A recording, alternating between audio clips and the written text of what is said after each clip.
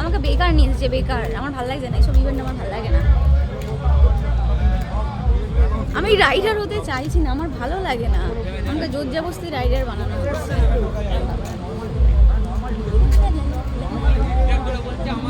আমি রাইডিং করতে পছন্দ করি না, আমাকে তোমরা কি মেনে নেবে রাইডিং কমিউনিটি? আমার ভালো লাগে না। আমি একদিন বলেছি যে আমি বাইক চালানোটা শিখে নেবো, আমি জানি আমি স্কুটি চালাতে পারি, ঠিক আছে, কিন্তু আমার ঠিক ভালো লাগে না। ওই যে ব্যথা করে, পিছন ব্যথা করে, আমার ঠিক ভালো লাগে না জিনিসটা, ঠিক আছে।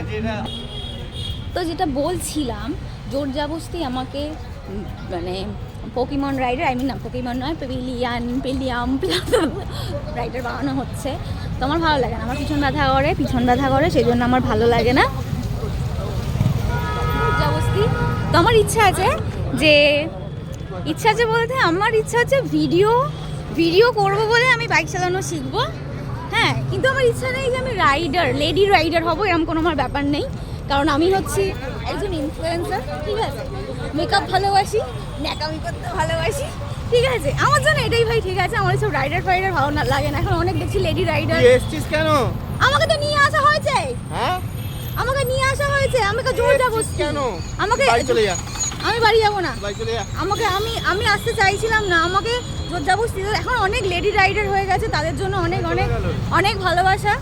কারণ কিন্তু আমার লেডি রাইডার কোনোদিনই হবো না, কিন্তু ভিডিও করার জন্য আমি বাইক চালানো ভালোভাবে শিখবো, যাতে আমার অনেক ভিডিওতে ভিউজ আসে, ওই জন্য করবো। কিন্তু রাইডিংয়ের আমার কোনো শখ নেই, ঠিক আছে। যা কিছু শখ আছে, এনার শখ আছে, এনার শখই সব চলছে। ওরে বাবা, উঠে পড়ি, এই সামনের দিকে দেখ, কানা, কি বলবো, ঠিক আছে। এই জন্যই একটা হচ্ছে পোকেমন রাইডারের প্রয়োজন আছে, ঠিক আছে।